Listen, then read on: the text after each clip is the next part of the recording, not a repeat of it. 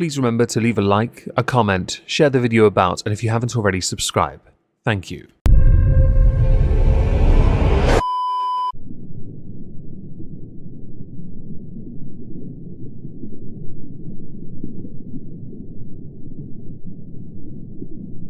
Well, isn't this just fantastic?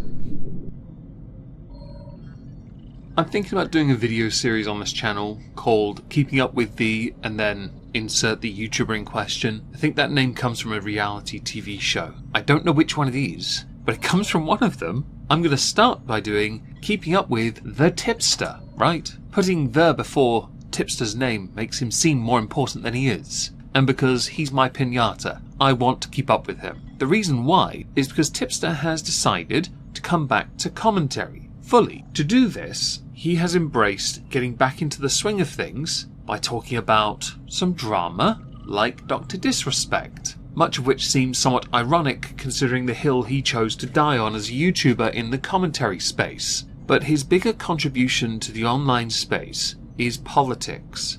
He's very much in the corner of Kamala Harris, and that's totally fine. The wonderful thing about a democratic society is that you are well within your right to vote for whomever you choose to vote for. In what is a two-party system, I'm still allowed to laugh at whoever you vote for. Regardless of the outcome, I get to enjoy it. Notice the neutrality? Good. I did see the debate. Yes, there was a winner. No, we're not going to discuss it. Well, not until Friday on Moistski Live as a political recap with TrupsLP. Now, in the context of Tipster, to be a creator on YouTube means consistency, frequency of upload is important, but also hitting topics, if you want to grow again, that may well resonate with your audience. Turns out, that's not been the case for him. He's properly started uploading for the better part of 3 weeks, on a more regular basis. His video views for these videos, talking about Matt Walsh, Elon Musk, Charlie Kirk, J.K. Rowling, Donald Trump, Ben Shapiro, Trump, Kevin O'Leary, and the Dr. Disrespect video, and of course, crapping on Elon Musk whilst unironically still using his platform, which is amusing to me. His viewership hasn't really done so well, and there's a reason for that, because it turns out what made him the creator he was and got him to the level he was at was his ability to convey suitable arguments and opinions within the space and realm of what is considered drama and gaming commentary. What doesn't resonate with his audience is him playing parlour to the whole pantomime of election season. Now, I understand to be a progressive that you champion now, Mr. Tippy, means that you are going to have to back your boys in this Kamala Harris and vehemently go in against anyone that is right-leaning or J.K. Rowling. Now, I separate the two because J.K. Rowling is a known liberal and a feminist. The liberal part doesn't resonate so well with conservative values, but you're welcome to call her a right-winger if you like, but she's been very open about her politics for a long time. Turns out you can have dissenting opinions on the left, not that you'd know. You're very much part of a hive mind. In the case of his coverage of J.K. Rowling, he actually had reasonable success in coverage of her. Reasonable. 2,000 to 2,500 views per video. That's not bad for the channel that had been inactive for quite a while. To rebuild your audience, you need to capitalize on that. But it turns out J.K. Rowling's not the most active on Twitter at the moment. She was on holiday, and she's busy doing other things. Ensuring that there is plenty of wiggle room to trigger the living feck out of people on social media is secondary. Discussions concerning people like Matt Walsh, Charlie Kirk, Ben Shapiro, and of course the vast amount of videos on Donald Trump are also hit or miss. Shapiro, Matt Walsh, and Charlie Kirk, much like J.K. Rowling, quite a bit. Videos dunking on Donald Trump, though, 300 to 400 views. Now, I get it, you want to talk about things that matter to you as a creator, but this isn't the way to go, because it's not going to resonate with your audience, and it's certainly not going to lead to any discernible growth for your channel. A channel that I believe had got up to 104,000, but then has crept down to 103 again. Be the proud progressive all you like, but as a channel you went woke and then got broke. Very literally. And you know, when you talk about Trump on your channel,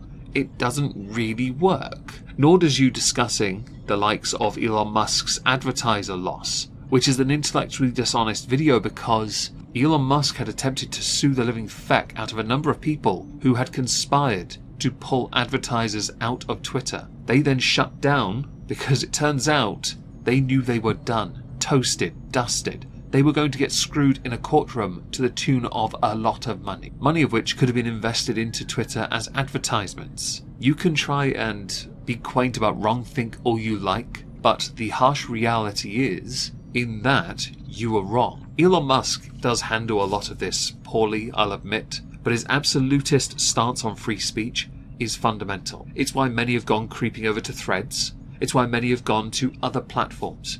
It's why many are still on Twitter, in fact, bitching about Elon Musk. And he's okay with it, because he has no reason to care. Your right to speak freely is important. It should always be important. And if an advertiser can't understand that, then that advertiser does not share values that you should support, something which you tipster do not understand, because you are, as you say in your channel description, a proud progressive. The Lord of Goth Mummy should be changed to a middle-aged fat guy who's thirstier than he should ever be. When you have a channel that sits over 100,000 subscribers, and you can't even break 1,000 views on your videos, something has to change. When you know where you can hit 1,000 views, and if you're passionate enough about what you do, you should absolutely hammer that and build on that. Talking about the Young Turks, like Anna Kasparian, is a great way of going about it. I would say J.K. Rowling as well, but eventually people would notice you. And your video on Dr. Disrespect, or your 1 hour 10 coverage of Dr. Disrespect, wasn't ideal. Let's go with that. Especially when you use the situation to talk about justifying what should and should not be taught in schools, pushing a wider agenda as opposed to academia. Now, Tipster's also on his channel been active posting some shorts. Not many, but some. A lot of those are politically based as well, and they also get similar views to his coverage of Donald Trump. As a channel, I don't quite understand what the point is anymore for you, because you're not making any effort to try and be something, and your format is very, very simplistic, almost like it's taken just from a live stream. Oh wait, it is. You just re-upload clips from live streams. I see we're still not learning to be better. We're just trying to find where the views are and uploading that to YouTube with a quaint thumbnail that doesn't do as well. I get accused of formulaic thumbnails, but come on. Now, you may have noticed some of the times on these are quite lengthy, and that is because they are taken directly from, as I may have alluded to, I think I did well enough, his Twitch. He hasn't been the most active creator on Twitch, but over the past 8 days, 3 of his recent broadcasts are there. In total, over 11 hours worth of live streaming over 3 streams. All clips that you've seen in recent videos come from those live streams, and they don't do very well either. If you're streaming for 4.5 hours, and at the end of it you've got 260 views total, you haven't done very well as a streamer. No offense intended, Tipster, because I don't do very well from streaming myself, but I could stream for an hour and a half with 15 viewers and have half of that, which means you're averaging as many if not less viewers than I am when you're streaming. The audience you once had is gone. And I get you do what you like and what interests you, but let's face it here, if this is a job, you're not breaking even. So I'd assume this hobby of yours is now exclusively a hobby when it once was and had the potential to be your job, because you threw it away. I know of a creator who destroyed their channel years ago, ended up becoming an Uber driver, or a Deliveroo, one of those. And that made sense. I firmly believe we should all have a job away from YouTube and Twitch anyway. It keeps our feet on the ground and stops us becoming arrogant pricks. Turns out though, even if you have that, even if you've had that, even if you want that, to be an arrogant prick just takes the right ideology being drilled into your brain and your simp-like mind refusing to see common sense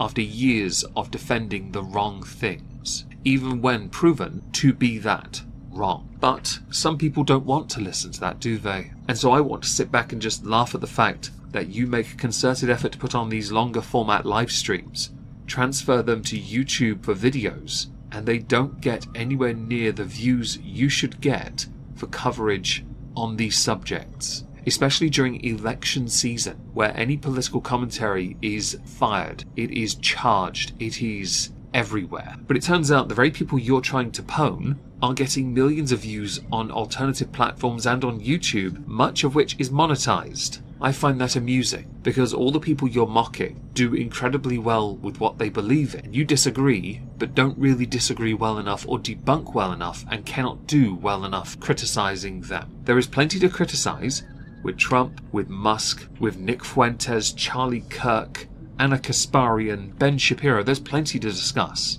but apparently it's not your destiny to be the person to criticize them. It is your destiny to espouse your beliefs to a minimal audience where you once had a much larger audience, where you were the quartering light, which is also somewhat ironic considering your size, which I believe has gotten bigger of late. Grats, boomer. To then throw it away, to then come crawling back to commentary, and to not get any traction, discernible traction, regular, consistent traction. The only thing that has been consistent is your beliefs, and you must be of course commended for that, because to hold firm to these beliefs knowing it does not resonate with a wider audience is impressive. Your election season right now is going to get hotter, of course it is, and no, I am not going to cover it on my channel because I'm not stupid, but I will make it a point within this TED Talk of a video to cover people I believe are more interesting than those politicians, or those that are political commentators. Why? Because I know how to pick my battle. You know how to destroy a channel and reputation, along with destroying a can of Monster, a gaming chair, your anime collection, and relationships with virtually everyone you've ever known. Congratulations,